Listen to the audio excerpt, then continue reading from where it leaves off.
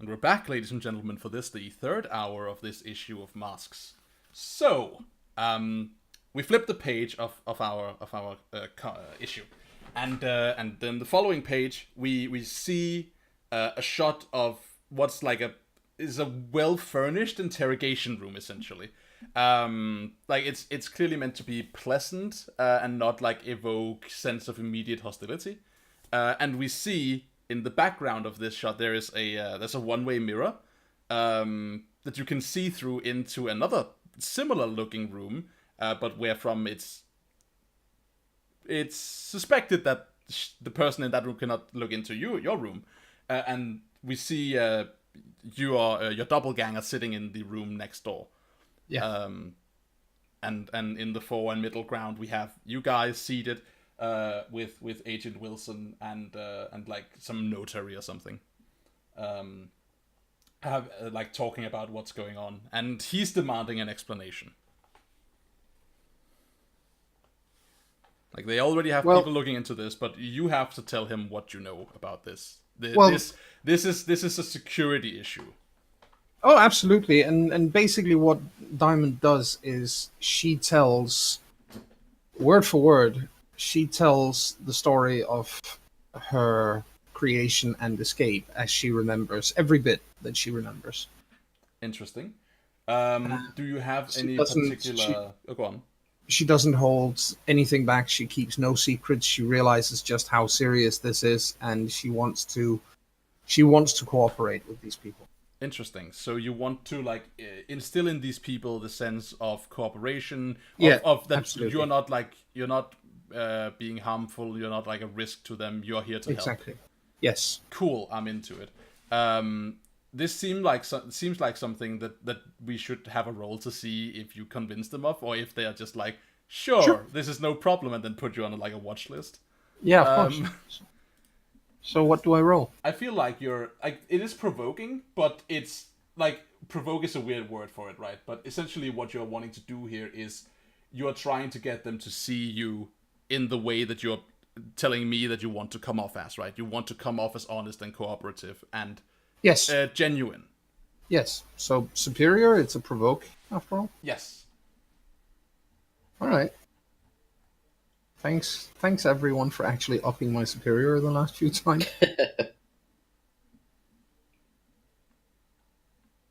It's all right. Could be worse.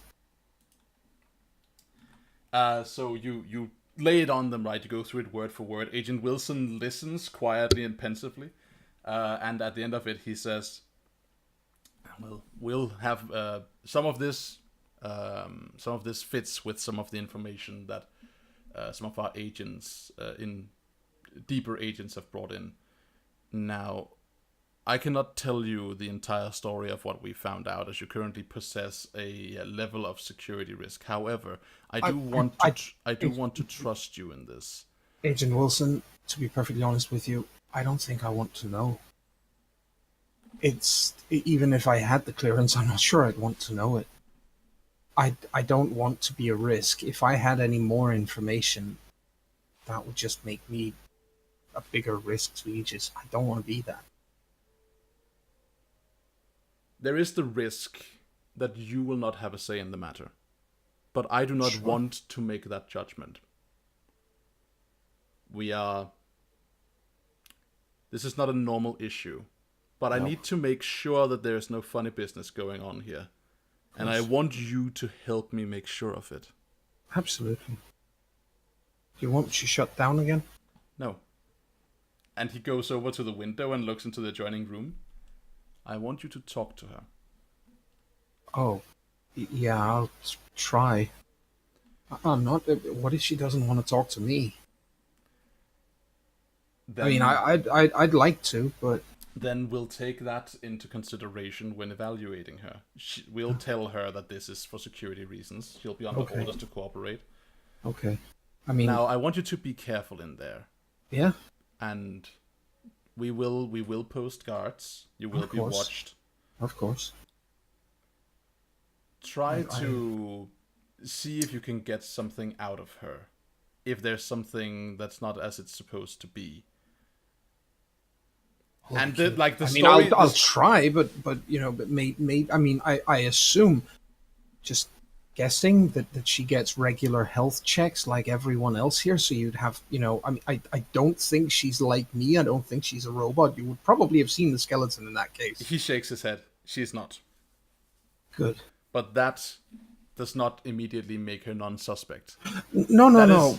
But that is for me to worry about. Of course. Now I want you to go in there. Maybe talking to her doppelganger will prove to be what is needed to unveil the truth. I'll try. I'll definitely try. I'm and the not element the best people person, but I'll do my best. The thing he's not telling you here, but that you definitely understand, right? The you and Nightshade. The implicit message here is that it's not like you are not under suspicion, and that no, it is that they are probably in some way subjecting you to what they're subjecting her to, right? This is this is a double interrogation, and I will be interrogating myself basically. Yes, that's what this is. She doesn't mind that at all. She is confused and upset and doesn't want to be a problem. So, you know, she points there and says, "Should I, you know, I'm not leaving this room until you tell me to." Basically. He nods and tosses his head in the direction of the mirror. All right, then she gets up and she gets up and heads towards. I mean, I assume I have to leave this room and be let in to the other. Just down the hall. Yeah, exactly. So she goes and, you know, steals herself, ha ha ha, and takes a deep breath, which she doesn't need, and then goes through the door. All right. So, by the way, at this point, I do assume that I've had time to actually put on her normal clothes again. Yes, you have time. I'm not in a hospital gown. No. Yes. Yeah. Totally. Good.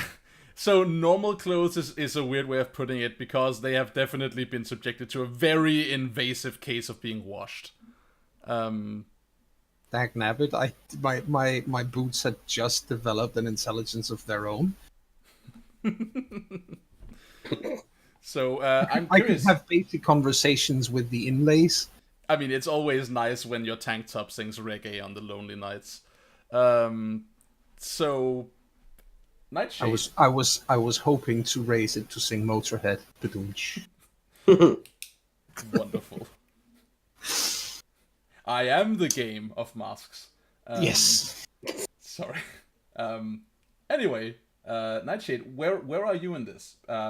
So you're technically not invited to participate, but that does of course not mean that you will just sit there if you don't want to. You can invite yourself to participate and then try and deal with that. Yeah, I think when Diamond gets up to go speak with her doppelganger, Nightshade gets up as well and goes to follow her. At that point, Diamond looks at Agent Wilson to see if this is what he wants. It's just not. Okay. So he says, "Sit down, boy. It's." I'll be okay, Nightshade. I promise. I'll be on my best behavior in there. We have trained agents watching. Nothing's gonna happen, he says ominously. He kind of laughs. If anything happens, it's from her, not from me. I'm just, yeah. And everything about Diamond right now is despondent, quite frankly, and confused and upset. Life is strange. Life is just not right now. Life is wrong. All right, yeah. So do you want to push him on this, or are you gonna acquiesce? No, as Diamond says that she'll be all right, and yeah, he just kind of nods to her and then turns back around and sits down at the table in this room. And she does, when he sits back down, she does say, "But thanks. You're I'm only an air vent away." Yeah, I know, and you're an amazing friend and a fucking brilliant leader. Just remember that, all right? And she heads to the other room then. Cool. So we have like just we see the room through the window, and we can tell we are seeing it through the window because we have the vaguest like superimposed reflection of Agent Wilson and Nightshade like in on the image as we see you like into the room, and a couple like one or two silent panels of her like reacting to you coming in and you sitting down. And then we have speech bubbles. What's this conversation like when you enter? Because she greets you with like mute quiet and suspicion. Well, Diamond looks at her and says, I don't want to make this any weirder than it already is, so I'm going to ask you if you would prefer for me to keep this face or if I should change back so you don't have to look at a reflection of yourself. I think this is better. Okay. I've been instructed to be cooperative here, and if you pose a risk to security, I'll better be able to read your facial features. I swear I don't. I don't want. I mean, I was just. Well, we'll see about that. Of course, I was shocked when I saw you. I thought I was. I thought my face and my this face, I should say, it's originally was clean. You can tell she hadn't thought of it that way, right? When you said it, like, oh, right, I'm this face, not my face. Like, she didn't even think of that. Now she's like almost retroactively offended by the notion. Yeah. I thought they had just created it at random. I thought they'd given me a name at random. I thought they created background and a family and memories at random. I am so unbelievably sorry. I cannot begin to imagine what this must be like for you. I didn't choose this, but that doesn't make it any more right or better for you. There is a moment where she's listening, and we see her listening too intently, right? Like she's trying right now to like she's treating this as an interrogation she's leading, right? Because she's of course not under suspicion, so she must talk to you, right? Like she needs to interrogate you. So when you say this, her guard kind of drops for a second. Like that's what we see. Yeah. Like it's what it seems like, and then she kind of shakes it off, and she's like, well, like, never mind, I suppose what I feel like. You must have an even harder time of this. I mean, I can't imagine at all what it must feel like to be in your condition at all. But then further on, come to realize this must be troubling. It's horrible. I mean, I never expected this, and I've had problems since I found out that no part of me is human. I thought for a while that at least part of me was. And since I found out that it's all just electronics and metal and bits and bobs made in some workshop somewhere, that ever since that I've had problems feeling like I had a right to be here, and now I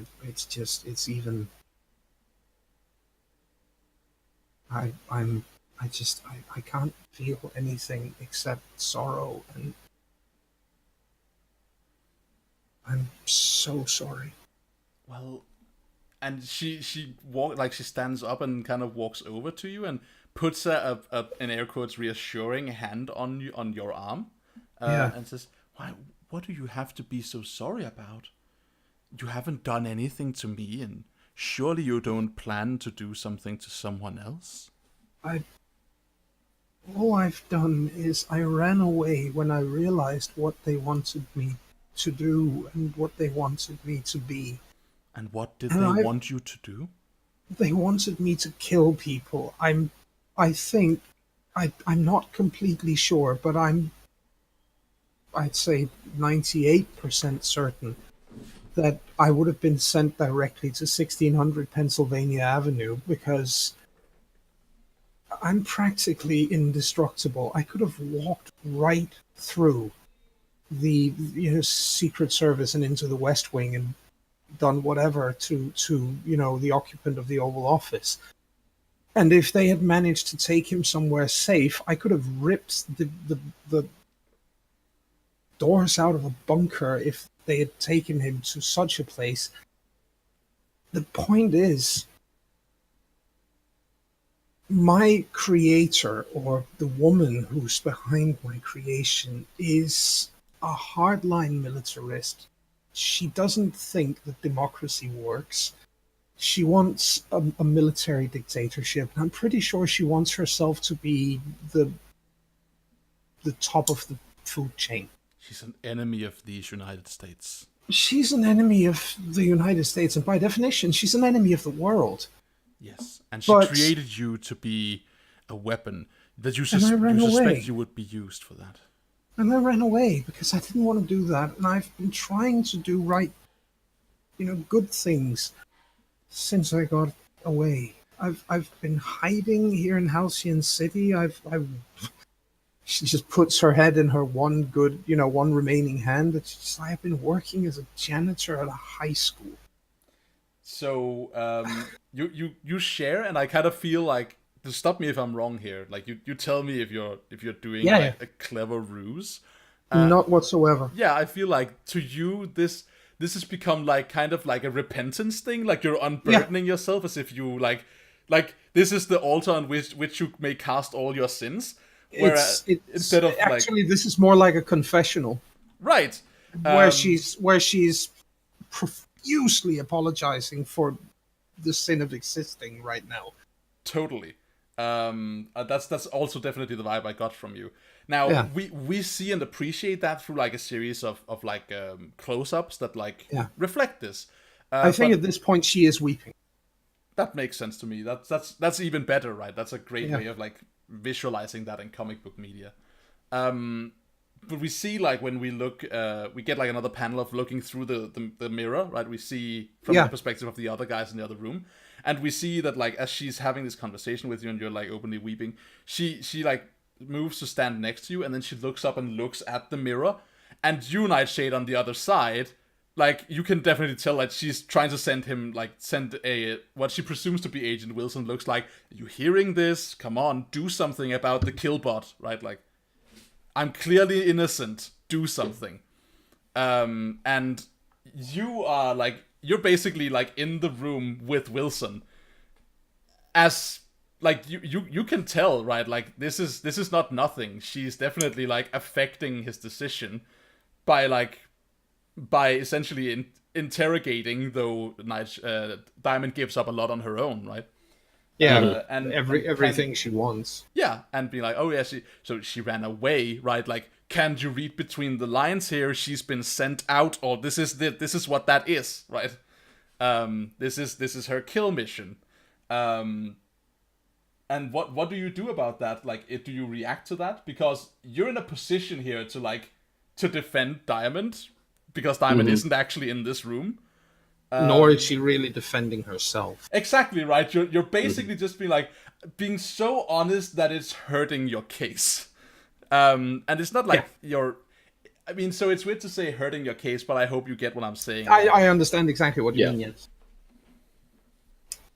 Yeah, so as the agent looks towards the mirror, I just kind of like look at Wilson, like, see? Diamond's been through a lot. And she came here and the Defenders took her in, and she's been nothing but a help to us. She's a hero for Halcyon. Interesting. All right, yeah. It sounds like you're defending someone. Mm-hmm. Savior! Please roll plus Savior. I'm good at that. Good. Let's hope. Yeah. Woo! Whoa! Nice! Thank you! Solid roll right there. Yeah, that's really awesome. Okay, cool. So, you keep her safe, right? So, Sergeant Jewel Sands on the other side can't see or interact with this conversation. She can just like fish for stuff in Diamond and look meaningfully at the glass. But you affect the conversation on your end. And you're like, Wilson has a back and forth with you, right? You're saying it's like she's been a member of the Defenders, and he like pushes you back a bit, right? Like not physically, but he like gives some verbal pushback. He's like, now, as far as I remember, we have had our fair share of issues with you and your Defenders, and how you have affected public security too. And you just you manage to pitch it back, right? And he acquiesces and says, but we also acknowledge that it has been for the betterment of the citizens, and that any such case is just a case of maybe being a bit raw, nothing else. I think you might be right here. I understand Sergeant Sands, but this doesn't seem right, does it? No, and I can hope you can understand why I had the sergeant pinned up against the soda machine. He nods, like, I understand. I would do the very same thing in your situation. Admittedly, a little bit less overt. I would have waited for her to pass by a toilet or a broom closet.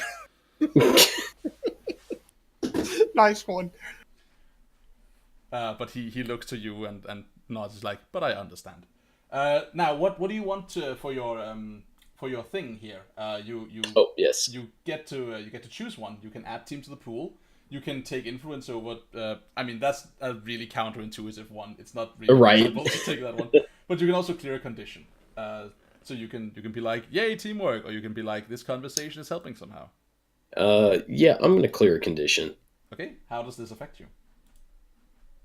So by sticking myself out there and defending Diamond, I'm kind of putting myself on the line, so I feel like it's kind of sacrificial in a way. And so I'm absolving my guilt. Definitely. Absolutely. Yeah, that makes absolutely sense. All right. So on the other hand, Diamond's guilt by now is as deep as the Mariana Ditch. So let me see something here. There is a thing I quickly need to consult the rules about, because I feel like there is something here I should use. Is it called GM horseshit? No, it's not, it's not the GM horseshit move. Okay. I was on the page that had that, but that wasn't the move I was looking for. Is this the part where you write a message to, well, you can't really do it since we're not around the table, but my favorite trick, and I think I've done it with you once, is to write a small slip of paper, pass it to one of your players, and on the paper it says, don't let the others know that nothing is, that this piece of paper doesn't say anything. No, I'm not that GM, but if I just creating massive paranoia around the table. I believe I actually did it in a group you were in once. I can't remember if it was to you or one of the others. You did, and it was to someone else. Honestly, and just like I don't normally do sidetracks, I think, but I have a quick addition here. The best instance ever, if you like viewing audience, if you want to see, if you're interested in RPGs and you're like GMing stuff, the best GM deception trick I have ever seen pulled ever, like best in all ways, you can find if you find the Mirror Shades play on, I think it's on Roleplay on YouTube. In which there is a beautiful case of the GM Adam Coble getting DJ Wheat, a player, to play himself as a shapeshifted NPC, so no one at the table for a solid 5 minutes has the faintest inkling that they're not talking to his character. And then the GM flips it and is like, yeah, so he just helped me play an NPC for 5 minutes. This is a shapeshifter, you're fucked. Yep. Brilliant. That's good. That's really good. Yeah. Sorry. Moving on. So what I was looking at is your conditions, Joan, and I was looking at angry, which is not, which I don't feel like is what I was looking at. But she's not angry anymore, really. She's just unfathomably guilty and kinda hopeless. And that's my point here. So when you are guilty, you can clear that condition by making a sacrifice to absolve your guilt, which I kind of feel like might be what you're doing, or at least it's straddling that space. Like you're actually just like throwing yourself on the altar instead of being like, maybe I could use this opportunity to deflect suspicion from myself. Yeah, or fighting back or denying anything. There's no, she's just laying it bare. Exactly, you're just being like, no, fuck all that, like, fuck the pretense I came in here with. I need to just, like, get what's on my back, like, off. I need to pour my heart out to this person. And I need to get rid of the bugbear. Yeah, and I feel like this absolves your guilt. You might still, like, feel shitty, and you might still, like, have, still feel guilty about it. The guilt. So the guilt is gone, but not the anger. Yes, that's what I'm saying. So you might still have reasons to be angry at the world, but this is... Well, I think she's more angry if she's angry at anything right now, she's angry at Van Halen. Yeah, that makes sense, right? Like when this is unfair, not only to me, but it's unfair to this woman in the room. It's a horrific thing to do to anyone. Yes, absolutely it is. So I feel like that's what that is. Sure, I've removed guilty in that case. Totally. And yeah, that's basically like the reward here for not like pushing the case, but just being like, no, I need this. So absolutely. So this conversation like keeps happening, and they just like grill you in this room for a couple of hours. She eventually grows tired of the fact that no one is like responding to her beyond the glass. Like, we can appreciate that. You probably can't, because you're being like, you're looking inside and pouring out, right? Yeah. But eventually she just like stops trying and sits down and instead talks to you. And it becomes like a conversation. Yes. And I feel like, unless you object to the notion, I feel like you find that you unsurprisingly have a lot in common. But also that maybe she doesn't like actually take it that harshly once you've... This is so weird, but once you've gotten to know each other. Yeah. Like I imagine like the conversation... I mean, their existences diverge at a point, so Diamond does have a section of life which is her own. Right, she can't help but like, it becomes this like weird like alternate universe thing, right? Where like, what if this had been different? What if I had superpowers? On this thing, right? So she basically like, if you like ask her back, she tells you the story of like how she joined the U.S. Air Force, how she like rose to staff sergeant and so on, and what it was like flying, and then eventually like she ran a couple. She says, when she says that, it's like, that's the one ability I'm kind of sorry I don't have. I've always wanted to fly.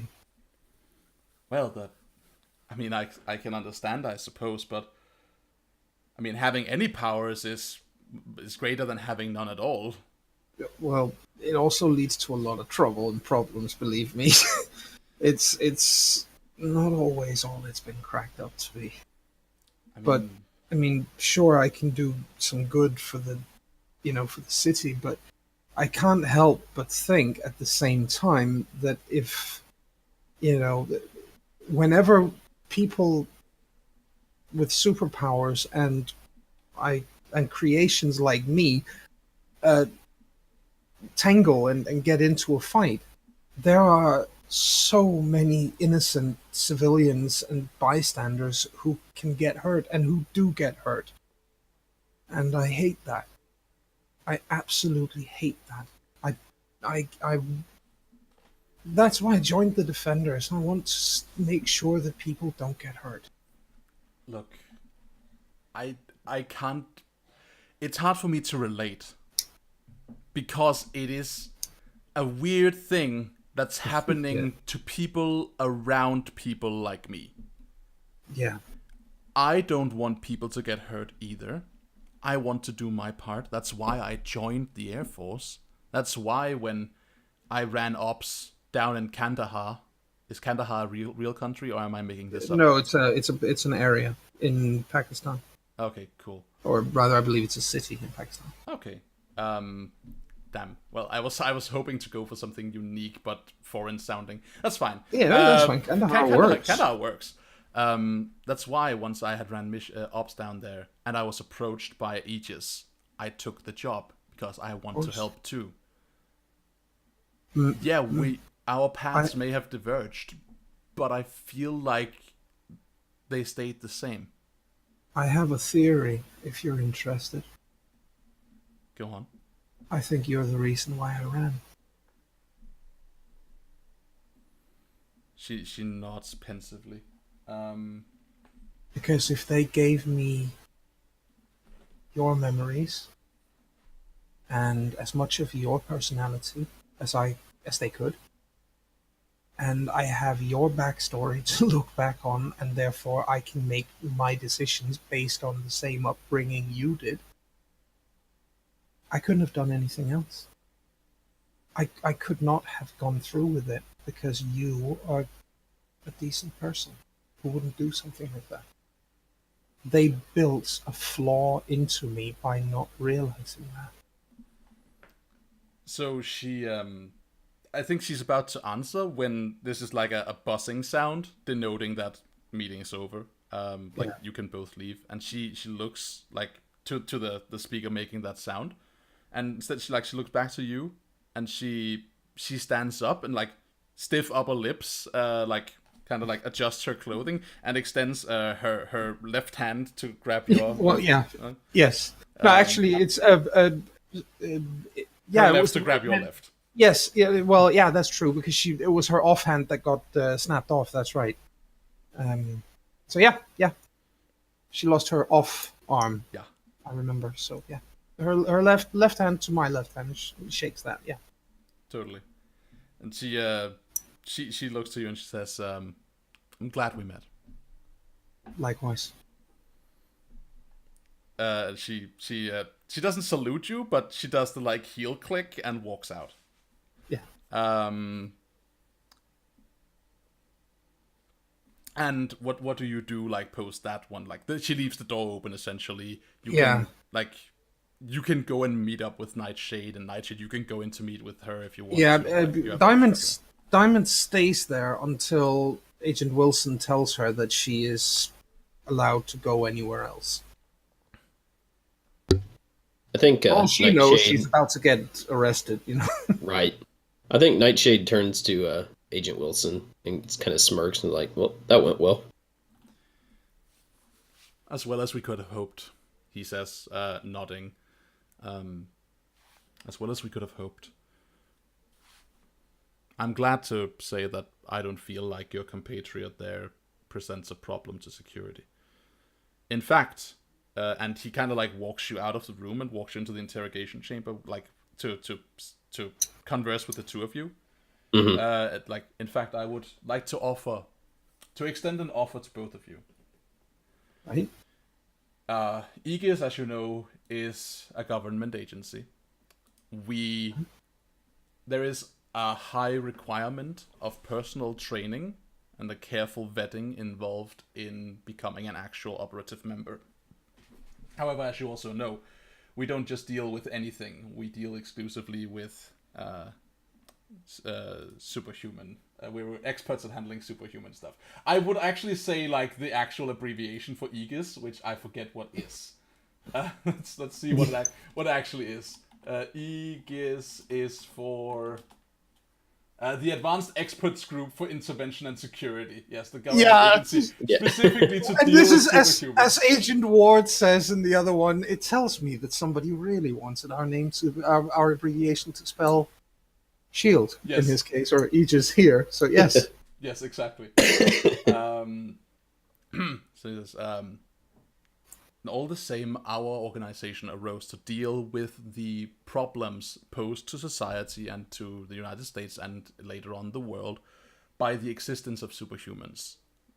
It is always nice, and we have been very pleased to cooperate with other super individuals or superpowered individuals and continue to do so within our agency.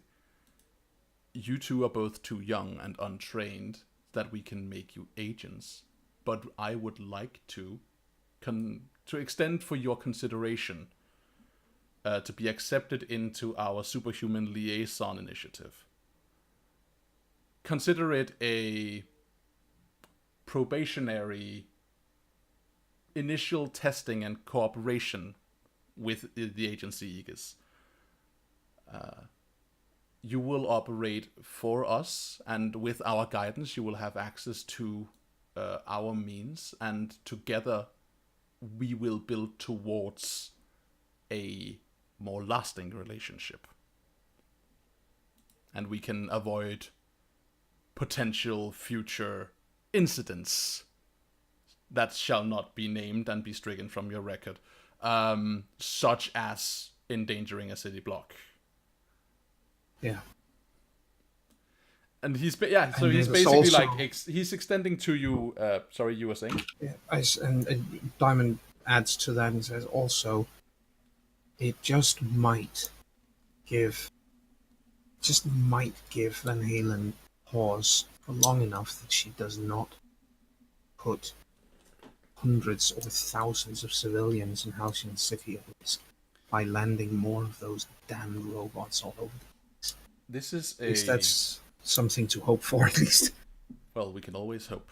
This is in any case, in any case, that should probably tell you that I'm more than happy to accept that offer and very grateful for it. He nods to you and he smiles. I know that I'm sure you feel that it would be preferable if your entire group, your defenders, I think he says like kind of like question mark and then reads on your faces that yes, he's right. Yeah. Would like to join this probationary service as a whole. I understand that would be preferential. If you find that cannot be the case and you would still like to do so as an individual, you are welcome to come to me or the agency at any time. And he like extends to you like some future bullshit, right? Like a comic book thing, like a piece of glass that is also like a notepad. Yeah. That basically has like a lot of information about what he's suggesting, and says, "Why don't you take your time, give it a read, give it a talking over, and report back? We are always ready to receive." Will do, sir. Thank you very much. Alright, and just as we think that it's about to end, like we're about to cut away from the Aegis situation, as we flip the page, expecting to maybe like, are we like have some time passed and we see the group together, or are we with Vigil again? Instead, we flip the page and we see Sergeant Jewel Sands somewhere in the facility, walking into a room. Closing the door, turning the key, and powering on a computer system, flicking on some switches of like some box that's like clearly remote, like connected to the side of it, like clearly been shotgunned into it. And there's like a loading bar that reads like establishing connection, and just like a black silhouetted face comes up that says COL. Halen, and she says, "Commander, I'm in," and then we cut forward to that. Like that's the hard cut on this situation.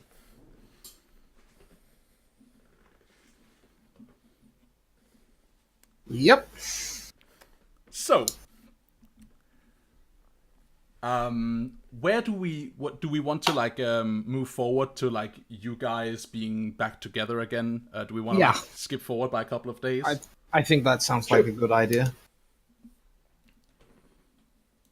And of course, in the meantime, it should be said, Diamond does absolutely everything she can to help them with, any kind of scans or schematics of her other arm to allow them to get started on building a new one. Yeah, absolutely, you do. Especially now that, she's in that program, it's more likely that they are actually going to, try to find such a solution. So, that's a thing, right? Like currently, the situation basically is that they do not have the means to repair your arm; it's too advanced. No. But Yeah. they are looking into finding someone who does, right? Which is Like the as angle. in Riley Newman. For example, yes, likely. So when we move forward by like a day or two, Yeah. where do we see the lot of you? Because we do see the lot of you like together for the purposes of talking, probably maybe about this offer. Yeah. Or the like what's been going on, like what's the status on the bird that's no longer like that's probably White Sparrow. What do we do about all this? I imagine if nobody's protesting Where's wildly, Starlight? that it happens in the mall, which has sort of kind of almost become a sort of unofficial headquarters lately. Yeah. Yep. So these are the I feel like, and I'm talking to you as GM to players here. You feel free to like engage the scene with whatever you want to. I feel like these are the questions, right? Over the course of the last day and a half, news have been all about attacks on Graves Industries. Now we as players know, because we know that White Sparrow found this out, that this is the Avalonian Coven, right? This is Morrigan's witches attacking Graves for some reason. Now we can speculate why, but they're basically like hurting him, and a lot of people are getting hurt in the process. Now she can't tell you this because she's a bird, and I'm looking forward to asking Rasmus what that feels like. Well, he just walked through the door. And what I can say to this is, I have to do this, so I was under the impression that everybody had heard. Ah, of course. I think we've heard. Would it perhaps You have be that heard. Bird is the word, indeed. Yeah, I thought so, yes. Bird is the word. Bird is the word. Stop. The ultimate one-hit wonder, Trashman. So we know that as players, right? Like Morrigan's witches, the Avalonian Coven, and Graves Industries are on the warpath for some reason. And then there is the issue of the status with Aegis, the status with Van Halen apparently approaching, right? Like you learned enough to know that she's coming for you. You have seen what you're supposed to be her men or members of the US military that is being controlled by her, by extension. Like canvassing the city probably for you. We've seen that. And there is the issue of White Sparrow being a bird. All of these are the questions I feel like that needs addressing, right? So you feel free to come at these from any angle you want, or just ignore them if you don't gravitate towards those things as elements of the fiction. But what we see you are in the mall. What are you talking about when we set this scene? Probably, I think Diamond will be looking at Finn and saying, so, having explained the offer, basically, saying, I don't know how that's going to work out for you, because you're already in one organization, and I don't know if it's possible to have dual membership like that. Finn, have you told the group about your covert mission to spy on your betraying mom? Betraying in air quotes, we don't know. Have you? Well, also, has he told us that he's a full member of the Vigil now? Yeah. What have people been made privy to? No, I think everything really. Right. That's pretty awesome. So you're like this. No. This sounds like a serious display of trust. Because he doesn't like. I would imagine Finn is probably not treating those betrayal accusations as seriously as he should be. He still thinks that the Cabal is doing this because it's nonsense, but Some kind of test.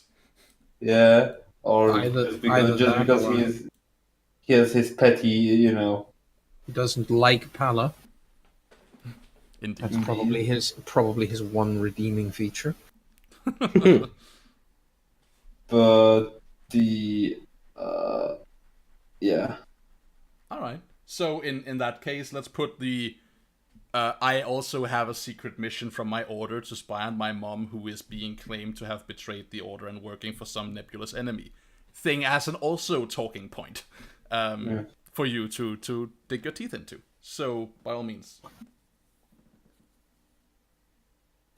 First and foremost, Simon says, again looking at Finn, I don't like your mom. You know that. I don't think she's treated you right. I think what she's done is a deplorable job. But Just raised a shit it's no, but she's treated him horribly. He's become a good person, but it's no thanks to her. But it seems very, very strange to me that she should suddenly betray an order that she has spent so much time and effort raising you to be a member of. And she has in fact explicitly told you, I mean, I've been there, I've heard it, that she's repeatedly told you to, think for yourself and be, not just be sorry to put it so bluntly, but a mindless sheep, somebody who's, doing. It just doesn't seem. It doesn't seem logical. Can I ask you something? Yeah. This is definitely like an expression of how I'm hearing what you're saying. Are you deliberately making a case that, like, undermining the position that she hasn't betrayed them? Like, is that like a deliberate subversion you're doing? No, because that's what I'm hearing. I'm deliberately defending her and saying because I'm hearing like think for yourself. I don't like the order. Like, no, no, exactly. It's. I was about to actually add to that. Okay, cool. My bad. Point being, if she had wanted you to just be a mindless follower of whatever she has taught you, she is the person who has taught you. So if she wanted to betray the order, what she should have done from the first day is to say, you are to follow my orders without question, and raised you to do that. Instead, she has raised you to think for yourself. It's probably the best thing she's done for you.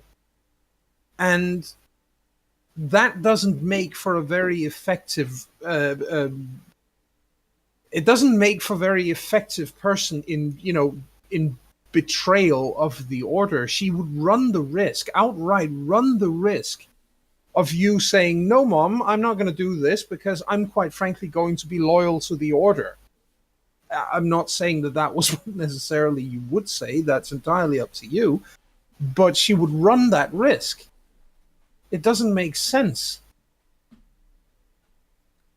So how do you feel about this, Vigil? They're just like rubbing his temple, like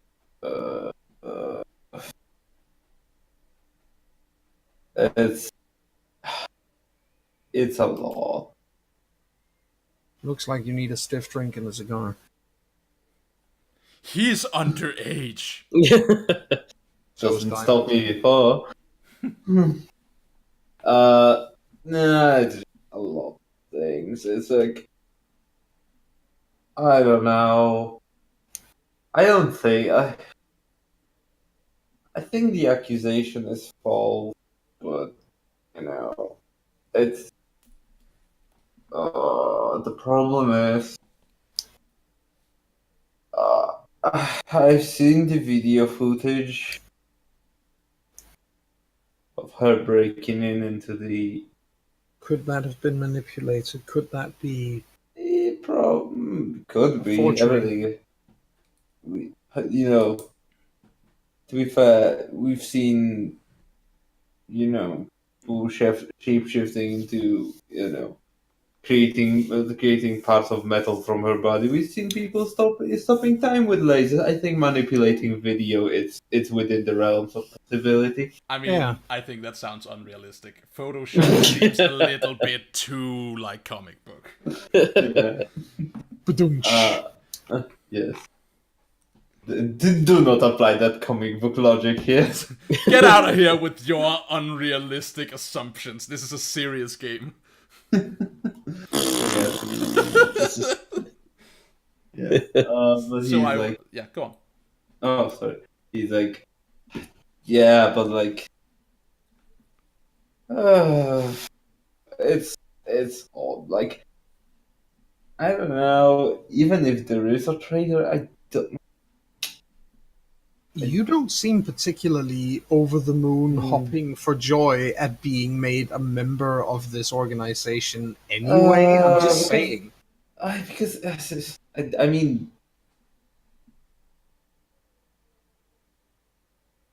And you haven't it's seemed particularly happy with them for a while. it's not that I'm not happy with. Well, I'm not happy with some of with like, and he does again air quotes with the management. But No? I recognize that the purpose of I've seen the purpose of the organization. I fought it already, and I know it's real. It's a real threat. So Yes. it's not that the organization is not needed or not necessary. It's just It's run by a feck in Egypt. It's just that it needs to change somehow. There needs to be an upheaval, a kind of betrayal from within. It's like you've been taught these values. there is possibility of electing a new elder also. There's also the thing, why And is an attempt at changing something? Why is that labeled betrayal? Well, I mean, it's one thing if you're trying to violently kill all your mates, but but wanting to change systems that you disagree with doesn't sound like betrayal. It sounds Because- like an attempt at developing things. because this is not why she's being accused of the betrayal. Okay. She is being accused of the betrayal because they have they apparently, well, I've seen the footage. They have the footage of her breaking into the, like, literally busting down the door and destroying security of the HQ. On that And Okay. on the same, well, like, literally, I don't know, hour or half an hour before, we like we were encountering I suppose the logical uh, question then is, did the security go down at that time? Did it well actually go down? well it it did after, because we were there after. We've seen the destroyed security kick down door. Okay. I'm still not saying that this is did and her doing, but well, this is definitely something that I will have to confront her about, because I'm, as you can see, I'm about as subtle as you, Diamond. So yeah, That's not our strengths. yeah. I So think we. I don't Do think you want me to come along? We can be doubly subtle together. no, I don't think I need another red flag around. But yeah, Okay. if you want to, like, welcome. Stop you, but uh, I'm not sure. I mean, much as I would love to kick your mom's ass at some point, I think I need both arms to do it. yeah. So she gets a reprieve until I have both my arms. Yeah, And she grins when she says that. the problem is I wouldn't put it. It's like there is a part of me that doesn't think it is completely beyond the realms of possibility. There is this, like, very, very, very, like, borderline Hey. thing that could be, this could be true. Okay. Why? That's the next question then. Why would she do it? What does she stand to gain by trying to destroy an organization that she so fiercely attempts to change from within? Again, that doesn't make any sense. I don't know. If she wanted to make, if she wanted to betray someone, the dumbest thing to do is make yourself noticed for being a rabble rouser to begin with, instead of being, oh, I'll play along and I'll do everything and I'll be the best soldier ever. And then suddenly turning out to be a complete arsehat. But that's not what she's done. There's just nothing in this that makes any sense to me. But I mean, obviously, it's your mom. You know her better than me, but it just doesn't seem logical. That's why I don't. I probably won't know more until I actually confront her. Right. This is because I can speculate now, but there is no. There is no. Right. I can run like in my head scenarios how, scenarios why, that could have been like everything from just being trying to bust in because she knew something ahead of time and tried to prevent something, did or she tried to or from this to up until that she was working with the Sorin and helping him along. And everything in between now is the realm of speculation, and I can logically speculate every single one of the of the options, if, because we can assign a logic to everything, but as it might be, and on the other hand, I don't trust Kambal as far as I can throw him. He is like, okay, he is dedicated to the other, but like, I don't know. I just think he might be putting in his personal vendetta. But on the other hand, I'm afraid that this will be also the deflecting argument for mom. Like she will be like that will be the first thing that she will be trying to argue. That will be the first thing that will throw as an argument. Sure. But it's not necessarily a bad argument if it's true. Yeah, but on the other hand, like. Anyway, I'm just It's just speculation at this point. I'll find her when I soon and just flat out ask her because I'm not I'm not I'm not an infiltrator. No. On the other hand, speaking of our avian friend, Yeah. I did some digging. Good. And well, we have a couple of options. First of all, we could find Merlin. Yeah. Yeah. And the room erupts with laughter. Yeah. No, not with laughter, more with, yeah, okay, and where's he hiding? Because, I mean, I'm not going to laugh at it because we just ran into Morgana Le Fay and we've got a bunch of Arthurian knights around. It's nice of you to be so candid about it. Yeah. It's like, we actually don't know. We suspect that he might have started a punk rock punk rock movement in Britain, but like we are still not sure. Never found him really. On the other hand, there is an option of like getting a help of a weird and powerful entities, which there is some that I'm not willing to bargain with. That sounds like a terrible idea. Indeed. Yeah, that sounds like the kind of bargain you always come out of poorer than you went in. And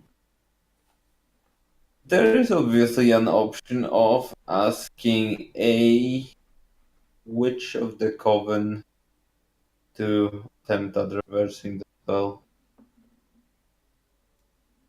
I suppose that. Wow. Or just like some really rock star magician that is not part of the coven, but they would have to be serious business. Mm-hmm. Because I'm like okay asking someone who is part of that organization of utter rotten evil doesn't seem like a terribly plausible solution. Could you please cast a spell on me, vile witch? I trust. Yeah. I mean, No, I think have been hurt, but yeah, sure. I think there's a greater. I mean, Halcyon City is large, and there's a good chance that there are some, sorcerer supremes out there. But so that is an option to look for that, or find out if Merlin has moved into the 21st century and has an email. Or I will say, just to contribute to this element of the conversation, because you bring up a valid point there, Diamond, and I will just contribute that there is at least one figure. I mean, there's... So it is... You decide if you are aware of this. Like, if your respective characters know of this, but... To those who have the inclination to find out, there exists such a thing as the supernatural scene, and I'm meaning a different kind of supernatural. Yeah, magic. The magic scene exists. But that is like something that you might be familiar with in certain... We know, we've got Sparrow in the group. Oh yeah, no, but I don't mean so. Sparrow is actually Sparrow is a psychokinetic, right? She creates things out of her. I thought she had that extra ability from one of the other playbooks. That's actually magic. But okay, she has a doom sign that allows her to do literally anything. All right, that's the one.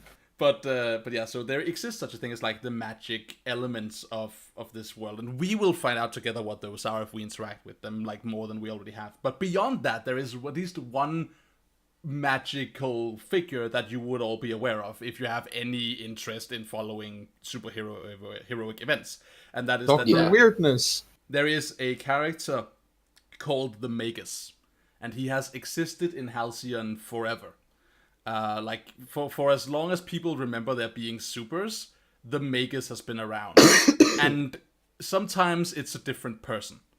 You're not aware necessarily who the current Magus is, but the Magus has always been there. So it's like a mantle. Yeah, right. It's literally like it's Sorcerer Supreme, right? It's something that gets or Dr. Fate. It's like a thing that gets passed on. But yeah, he's that kind of figure. So if you are like super into it and have followed along, you might know that the Magus used to be this person, and then like back in the 60s it was this like white guy. And now the Magus is some like African American youth, or like I guess youth, young adult, whatever. But yeah, that's the thing you might be aware of. Yeah, I would say Nightshade probably does because he follows the super scene. Yeah, that's true. You did say that. In that case, you know the Magus is currently a guy called Everard. Everard. Yeah, but like that's kind of like. It's not necessarily helpful that I'm telling you this. It's just I'm giving you some world juice, right? I'm giving you some lore. Because it's kind of like saying you could go and ask Santa. It's... Wait, are you saying I can't? I mean, no. Or... Finn is like at this moment like sitting there, like listening to you mentioning the Magus. And if you mention him, yeah, I think Nightshade does speak up and is like, "Well, there's the Magus, but he'd be kind of difficult to track down, I think." Well, I'd say it's worth a shot. I mean, much as White Sparrow is currently an actual White Sparrow, I wouldn't mind getting her back with. The Sparrow is like Black Raven. Probably Black Raven, really. Well, I'd still like to get her back in human form, Bro. Yeah. So let's. I don't know. I'm getting kind of attached. I can't speak for White Sparrow because White Sparrow Rasmus is not here, but I cannot imagine that the Raven does not peck you harshly on the top of your head at that Yeah, it's like, no, you do not get to keep our teammate as a pet. Oh, Pfeifferkuchen. Yes, Uh, I am. I'm being horribly adult right now. Ew. and I would be amiss that do know a witch that I am not entirely certain wouldn't be willing to help. Okay, that's another option then. Who is this? Monica? Monica. From school? Hmm? Wait, what? She's a witch? Mm-hmm. All I of did- the fuck? I didn't get well. I was about to tell you when we had the explosion outside of the Oh, where the club right. was called. Right, okay. All right then. Well, it all started with Sparrow Yeah, I mean, hailing Monica. I suppose we could ask. I I don't really know her. I think she thinks I'm being horribly uncool. But, I mean, we could definitely ask her. I had no idea that she was a witch. Yeah, but the problem in asking her, there's just one teeny itsy bitsy teeny weeny tiny little detail about this. Just a smidgen of one, okay? If we ask her if she can help turn White Sparrow back into, well, herself, she also finds out that we're, well, what we are. Also, I just realized I can't go back to work. Fuck. Well, she doesn't know who all of us are. I'm Damn. not. How am I going to get hot dog money now? Get a different job. Yeah. There's plenty of jobs. For a one-armed robot. Yeah, right. Anyway. Yeah, sure. Just, put on like a plaster cast of like a pretend arm and be like, I injured it, but I can still work. I'll just... Yeah, I don't have anything to attach the cast to. It's been removed to the socket. Please, once you get your arm back, like working any warehouses, it would be a spit for you. That's true. That wouldn't be a problem, but that could take a while. I mean, unless Aegis actually finds Riley Newman, or we do, we're sort of screwed. And at that point, Yes. Diamond gets a very distant facial expression for a moment. It's like, oh, guys, excuse me, I think I need to check some files. And then she goes back into all the files that she got from, when he gave her all this information. Mm-hmm. Yes. Because it's an off chance, but he did seem, it was a huge amount of information, so she's not had a chance to go through the whole thing anyway. And there is also the off chance that, seeing as he did seem to be sort of, impressed with her and not entirely off-put by her, although he was scared, she's just going to see if there's a phone number or an email or something she can reach him privately on. Because, but of course. if she could call him and say, hey, Dad. Find him on Facebook. Here's what I think I will do about that. I am going to... Yeah, I'm definitely taking you up on this, but I'm going to invoke a mechanic to do so. So, Okay. This would, in that case, it's probably not like him leaving a phone number, but it might be that like something in the files that you went through to do this thing would clue you into where he could potentially be at. So we could find that out by having you please retroactively, like with retroactive effect, please unleash your powers to see like if you, in scanning this thing, like it's like picked out a bunch of like garbage files that like you're just like, yep, I'm just gonna have all of this data bank, and now you happen to find something in it. Just one thing about saying it's retroactively. my freak is different now than it was then. Yes, but this is just like a conceit of the system, I think. Because Yeah, I it mean, is. But and my point is, would I roll it as it was at the time or as it is now? Because I remember it was at nothing at the time. We would definitely roll it as it is now because we Okay. cannot know we cannot know for sure what it is without going back and For looking at the for the files. record, I have a -2 on this, so I could really use some help. And she will. Yep.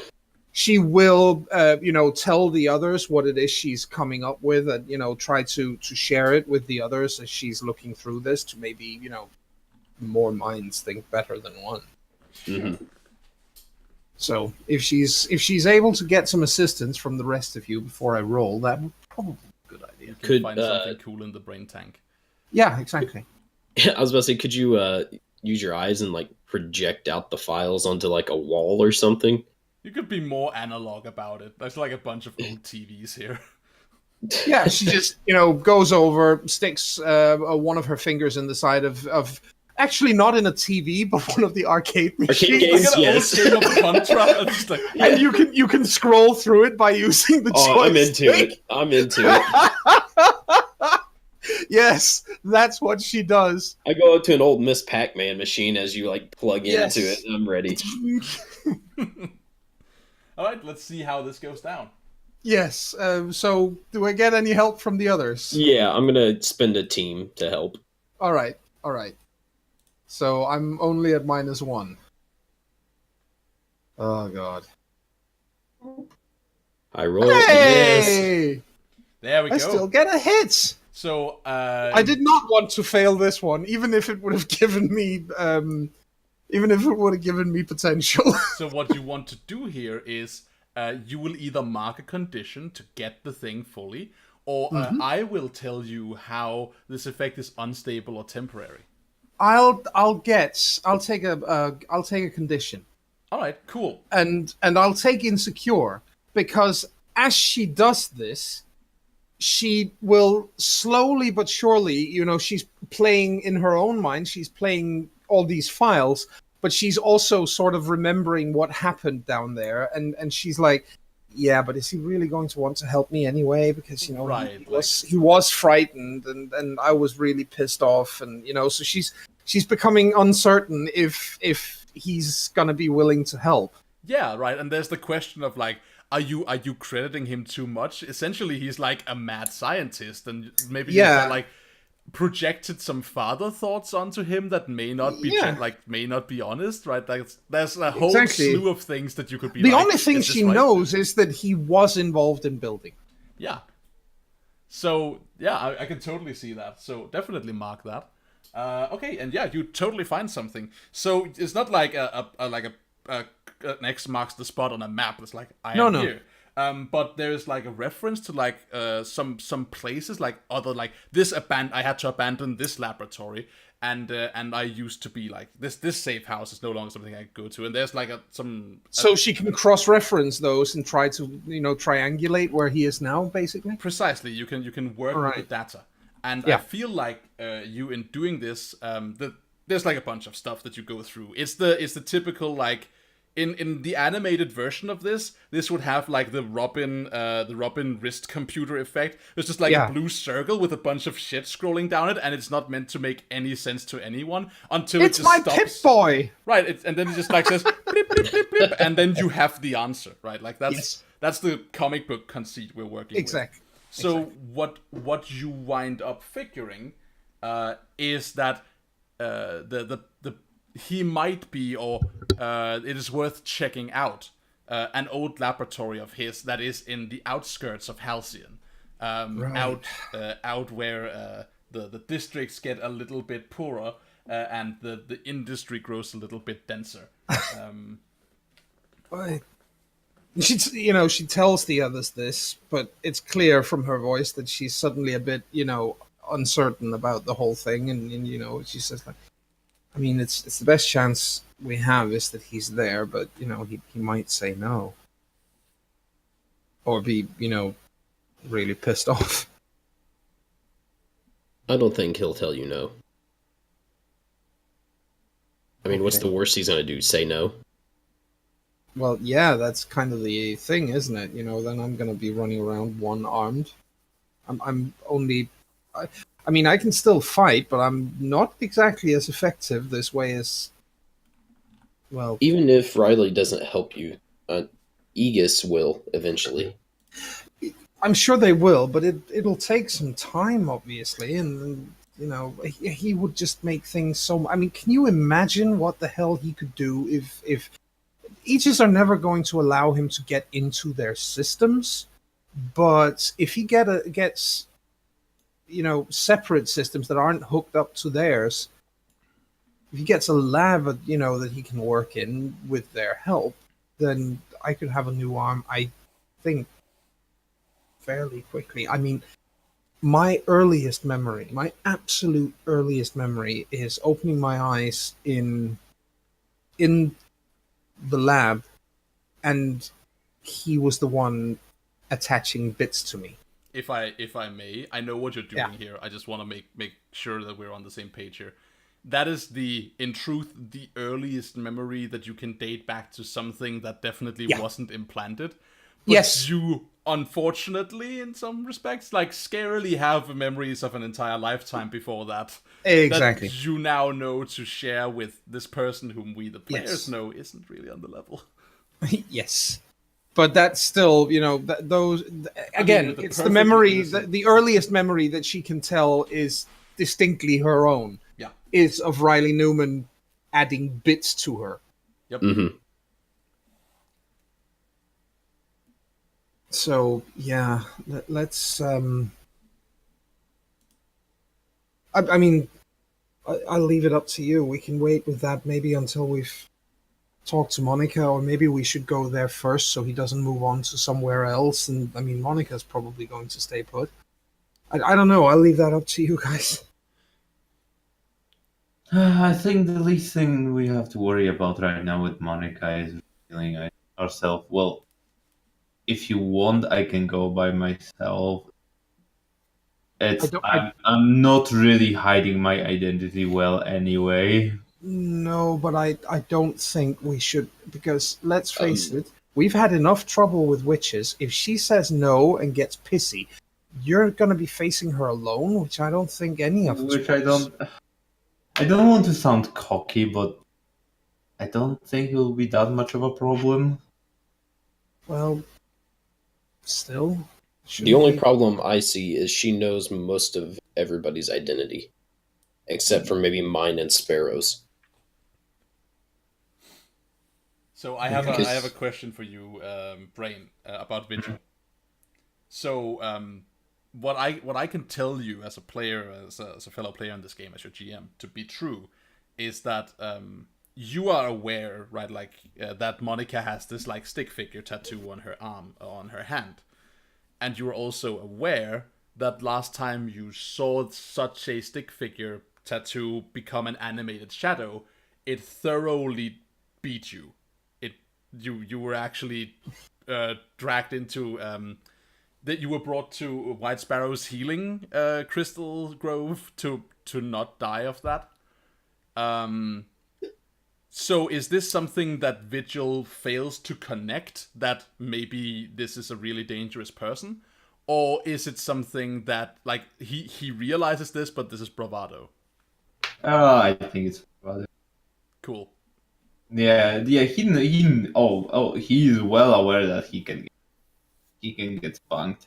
I mean, But I mean, it might also be that you can thoroughly trounce her. We don't know because we haven't seen it in the comic book yet. But Yeah, I that's just why wanted to be that's clear why- on like that we didn't misunderstand each other when on the baseline, right? before the fighting Glass Shadow, Finn didn't have amazing power of his glistening abs. oh, right. Nightshade. Yes. You're the one who should make the call here, I think. You know, I'll Oh shit, yeah, team leader. I will go with your decision. Which one do we do first? I think it's important we get our team back to full strength, or at least as much as we can. So I think we need to talk to Monica and see if she will turn Sparrow back. Yeah. If that pans out, then if that doesn't pan out, then I guess we're gonna head to this warehouse district and find Newman. Sure. We'll do that. Because if Monica doesn't do it, it's gonna take us a while to figure out. Where to find the Magus anyway? Yes.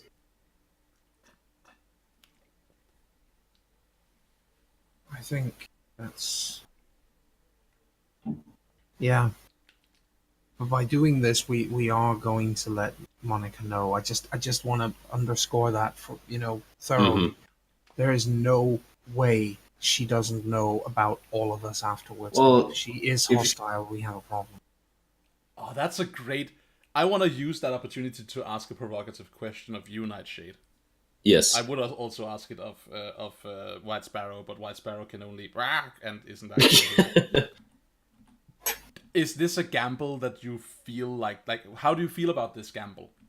Because she is like historically very friendly to you, right, and also has Yes. exhibited signs of sexual attraction, and Mhm. the same can be said for White Sparrow. So like, is this like a case of no, like, do you actually like? Is this like no? I trust her to she will help us, or is this like a I don't know, but we probably ought to risk it? Where are you at, like, personally in this?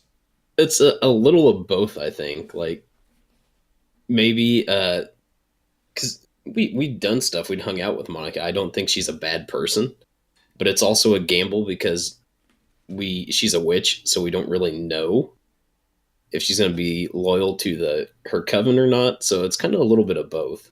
Okay, cool. Because we did see her. We do know that she ran off to talk to the coven from the nightclub. Mm-hmm.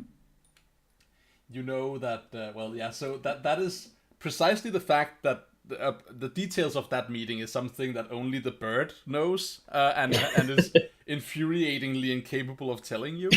But like the you can infer some things based on the fact that Vigil is telling you, oh yeah, like, she's a witch and I found this out for these reasons, and then you happen to come upon Morrigan Le Fay when you were when White Sparrow was shadowing Monica, right? Yeah. Like, Yeah. also, they're both called Le Fay. Who could have put that together? I'm just saying. I'm gonna go with what you say, but I think it's a problem. I don't think she's friendly. I think it's an act. I think that, goodness sakes, we fought Morgana Le Fay, and we have a Monica Le Fay in your class. And moments before we suddenly find ourselves tangling with a whole coven of nasty, and specifically Morgana herself, we just left a nightclub and Sparrow followed. And when we found Sparrow, it was in, and she followed Monica. When we found Sparrow, we got entangled with another Le Fay. Isn't it just, I'm sorry, but isn't it just a wild risk? It's a risk. I don't know.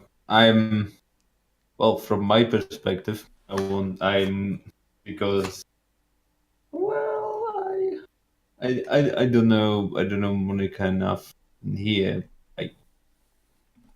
I can see her being stuck in the connected to the organization that she maybe does not fully belong to. Oh my god. Wink, wink, nudge, nudge.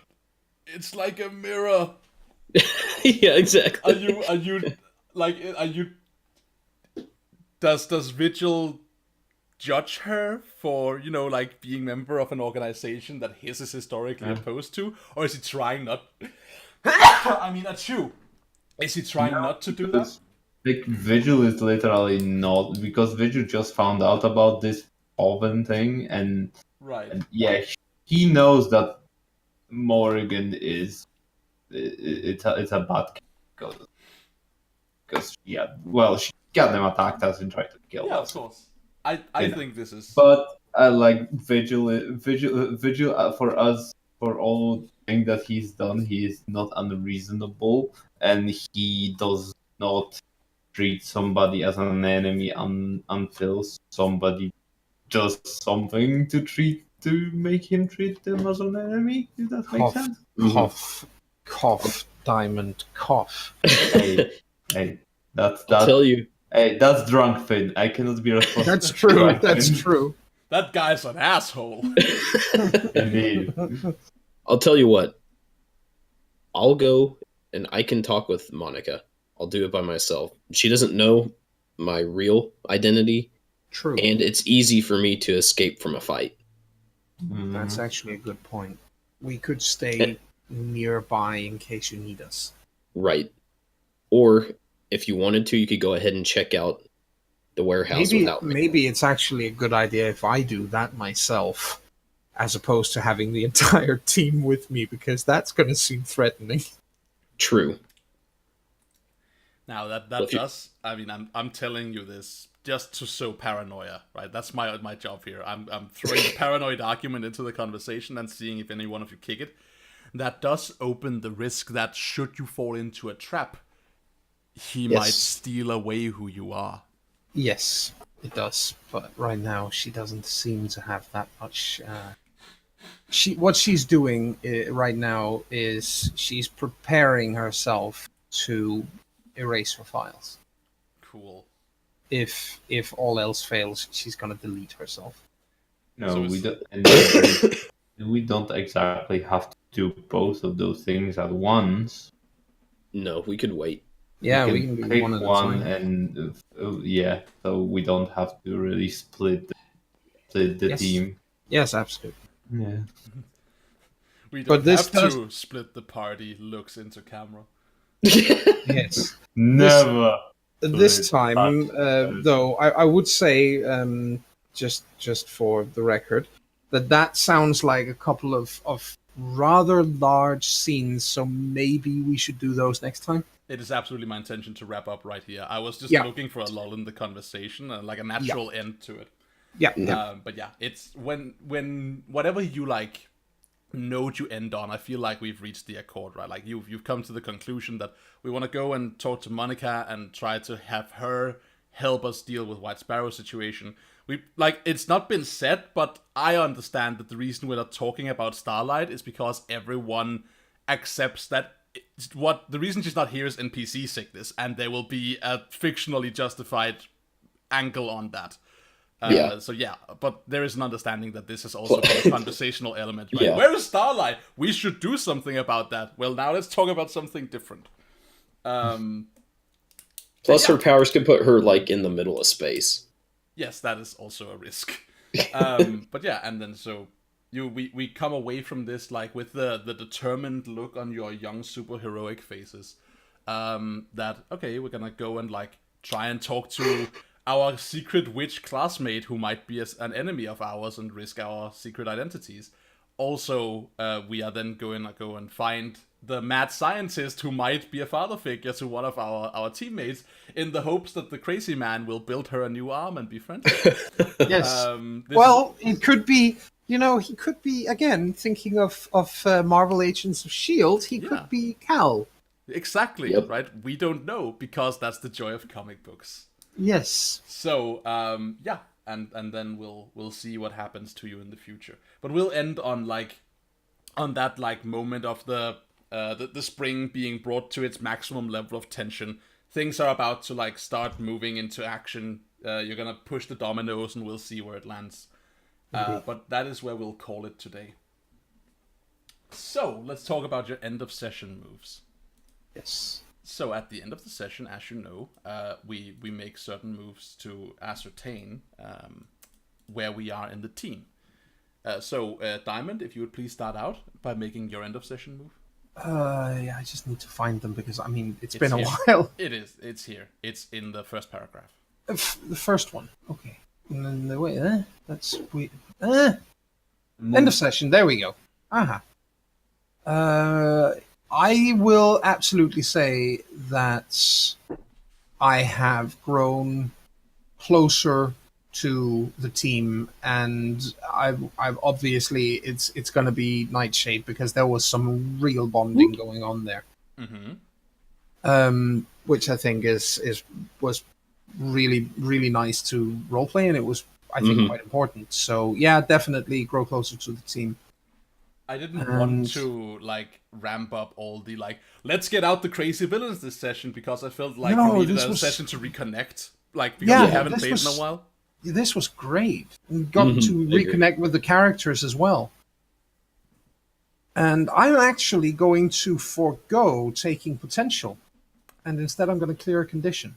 Cool. What condition will you clear? Insecure? I'm going to clear. No, I'm clearing angry. Ah, wonderful. She's still insecure because she hasn't met with him yet. Right, that makes sense. But she has plenty of reasons now to not be angry anymore because, you know, it's been put into the distance, and most importantly, now being affiliated with Aegis in one way or another has given her a bit more sense of, right, I'm not safe, but I'm safer from her. There would have to be like a series of like panels to show the buildup of stuff that has been established in the last couple of issues. Yeah. And just to like fuck with our heads and show like this is gonna suck. There would be like that panel where we see that like Diamond doesn't look like as angry. She looks like okay, like she's getting over her anger. But it would be on the same page as like a panel of Sergeant Jewel Sands, the insider agent for Van Halen, like doing something like spooky in Aegis, right? Like, like, fuck, right? Like something is happening. What is it? Yes, but obviously Diamond doesn't know about that. Exactly, right? So that's why that's a good shot. Yes. I love it. Thank you, Joan. Thank you for that. No problem. Happy to be of assistance. Thank you for just going in there and unburdening yourself, being like, I need to talk to you, and not being like, what are you about? No. Diamond is... I love you so much. Let's face it, she's an emotional sort, for goodness sakes. Yeah. She wears her emotions on her sleeve, mostly her anger, but other things as well. She wears her emotions on her sleeve and on her knuckles. Yes. The anger is on her knuckles. Everything else is on her sleeve.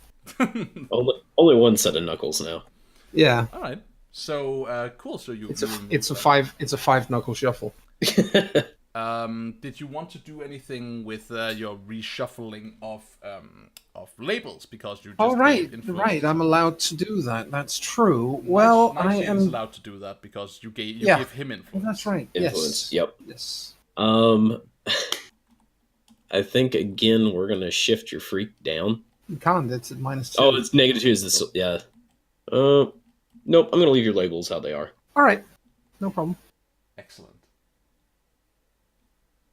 Yeah, they're actually in a reasonably good place right now, except for, Freak makes it difficult to unleash her powers, but that could potentially give some potential. Haha. But but you feel like such a non-freak. I kind of like. I'm really interested in what that mental state looks like because your danger is locked at 3, right? So there is it has now become like an acknowledged part of your self-identity that even if you are a good person, you're a danger. Yes. Because you're a frightening murder machine, and on your best day, she's incredibly strong and could, if she punches someone and misses and her arm goes through the wall, she could collapse a house with people in it. Exactly. So that's part of your identity. But right now with your freak solo, you feel that, but at the same time, there isn't that same sense of separation from society. No. Like it at least it looks different. It's actually, the way I see it is actually more that her danger now is not guilt-laden. Her danger as it is now is more of a, okay, I acknowledge that I am dangerous in this way, and I will take measures to make sure that I don't hurt innocents. It's like, she has the Superman mentality, right? Like, I'm living in a world of cardboard. I have to be careful with everything I do, or someone could get hurt. Yes. Oh, that's so good. Oh, I love it. Okay, cool. So that's your move. Nightshade. No, wait. Finish the next. Vigil. Tell me about your end of session move. Well, Vigil, I think definitely grew into his own image of himself. Yeah. Yeah, absolutely. I have to say, by the way, I fucking loved the way you just, the way you dissed the Elder with basically every sentence you said. The way you're such a little shit the entire time. Yes! Throw off the shackles of the establishment! Yes! Finn is just a walking sass machine. Rage against the machine! He's not even raging, he's just sassing the machine. Sassing the machine, yeah. Fuck Yes. you, I won't Good do band what name. you tell me. Cool. So how do yeah. you see yourself now, and why? Oh, he's like disconnecting himself more and more from his like, I would say, freaky side, not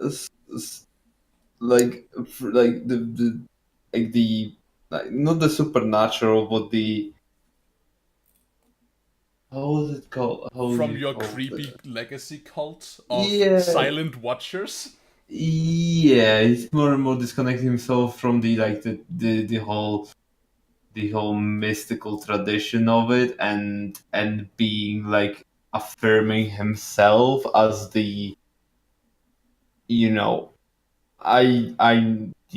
know what I do is, makes good, sense. and I make and own my own choices on the matter, Yeah, the change and we need. Yes, we and and I'm not really, you can throw all your ranks at me, and it's like, I don't really care. I'm slowly getting beyond your ranks, and It's interesting that that this happened when it did, right? Because it feels like, even though we can acknowledge that it's been building up and it's been caused by a lot of things, because that's how the game works. That's awesome. But it feels like that the moment of your elevation to a full member of the Order is the moment that your character decides to break away from it, right? Yep. I'm just gonna put a picture in the in Oh, whoa. Whoa. she jumped the lounge. Just gonna bring her in here. I think you accidentally clicked lounge. So you're putting a picture in here.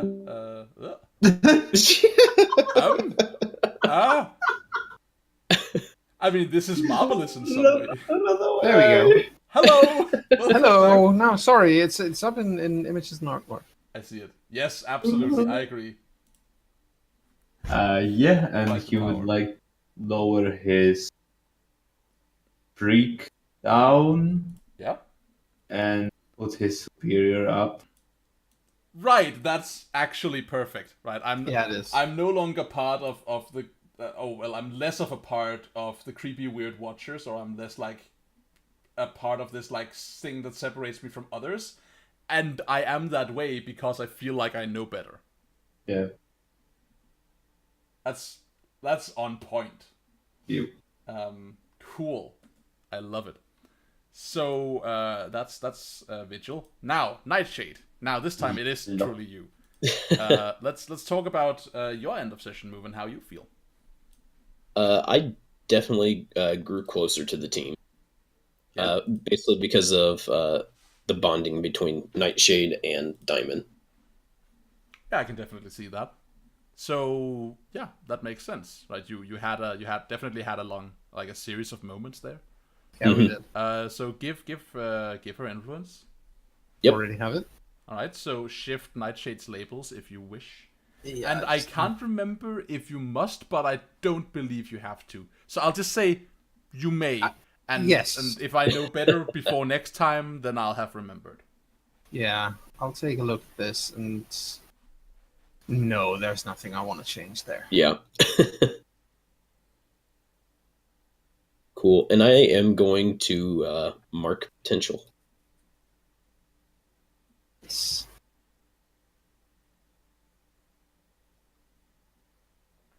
All right. Cool. There we go. So that's all for this issue of Masks of Defenders of Halcyon. So we flip closed our issue. We flip it around again. We get a look and we get a look on the cover of the issue. What's the cover look like, and what's the title of today's issue? So I would call, if I may suggest.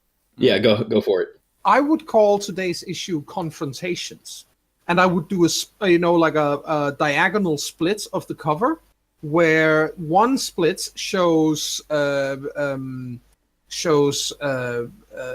Finn. Basically, I wouldn't say flipping off the elder, but basically, just being indifferent towards the elder sitting there giving him a lecture, and the other half would be Diamond facing herself, or one arm Diamond facing herself over an interrogation table with Finn and Agent Wilson in the background on the other side of the window. That would be my suggestion. Yes, Aaron, but yeah, I know. Well, Yes. yeah, sorry. Now you too join the choir. Blah! I also had a vision of it being called In Sickness and in Health. Another like diagonal split where we see like a Finn walking with Sparrow Raven on his shoulder, and the other half being Diamond in the hospital bed with Nightshade standing nearby looking concerned. I love both of these really, really much. This is like the American and the European release. Both of these covers are actually Yeah. Yeah. What issue is this? It's issue 15, isn't it? Oh God, let me just. I think so. If it's issue 15, we'll just say that it's a special edition. Multi-release. Yes. Let's have a look. This is our. How do I words? Where is it? There it is. This is our 15th issue, indeed. Nice. So there it is. Sure, I'm into it. All of these are great. So yeah, that's what this is. Okay, cool. Thank you guys ever so much for playing. That was awesome. Thanks for being back here. It's nice to be back and getting in touch with these lovely teen nerds, as they and now it'll probably be a slight wait again, because the next time we would otherwise play, yes, it's Christmas time. Eureka! The holidays are here to grant us cheer. Yay! Well, I'm sure we'll get to it. We will get to it in the beginning of the new year. Totally. And we should definitely have, I feel like at least, is a thing I'm having in my mind hole. There should be a season change, so to speak, in the new year. And yes. I know that that's like a TV series thing and not as much as a comic book thing, but I feel like we should have like a revamping It's season 2. moment. Yeah. To like look at like give people a chance to, when we've settled a couple of things, give people a chance to really shake up what we accept as the status quo and say, okay, where is it at now? That's a thing. I think that could. I mean, it could be a kind of a fun thing to say that a season of Halcyon City Defenders is 15 issues. Then that way we will know when we enter season 3 and so on as well. But that's just an idea. Yeah, I like it. Oh, I also got another idea now. Now I shouldn't, because I'm baiting the audience. But I'm gonna say it anyway, just so I don't forget it, and just so you can all take me to task for having said this at one point. It would also be fun if at some point in the future we hit a natural pause in the narrative. We've done some arcs and we're like, okay, well, maybe this is the end of it. Either if we feel like, let's play different heroes, but whatever. But the thought I had was like doing a Marvel's Ultimate version of our own character's narrative. Oh yes! Man, yes. Please, yes. Yeah, like alternate universe ourselves, right? Like be like, okay, what if these characters, but like this tone was different, or these things worked differently, right? Yes, that could be. Yeah, that would be really hilarious. Cool. Different artists working on the issue. Yeah. Mm-hmm. Different tone entirely. Yes, I'm definitely up for that. Yeah, anyway, I love the Ultimates universe. So yeah, that could be so much fun. Sorry, anyway, that was just the thing I wanted to float. I've got to head off, but yeah. So yeah, let's. I mean, we're done, right? So let's say thank you for playing, and thank you, dear viewing audience on CharismaToAC, for attending again. Thank you for coming here and enjoying us playing Masks: A New Generation. We're having fun, and we hope you are too. And we'll be back in the new year with even more superheroic shenanigans. So, that's all for this time. We'll catch you in the new year. Bye!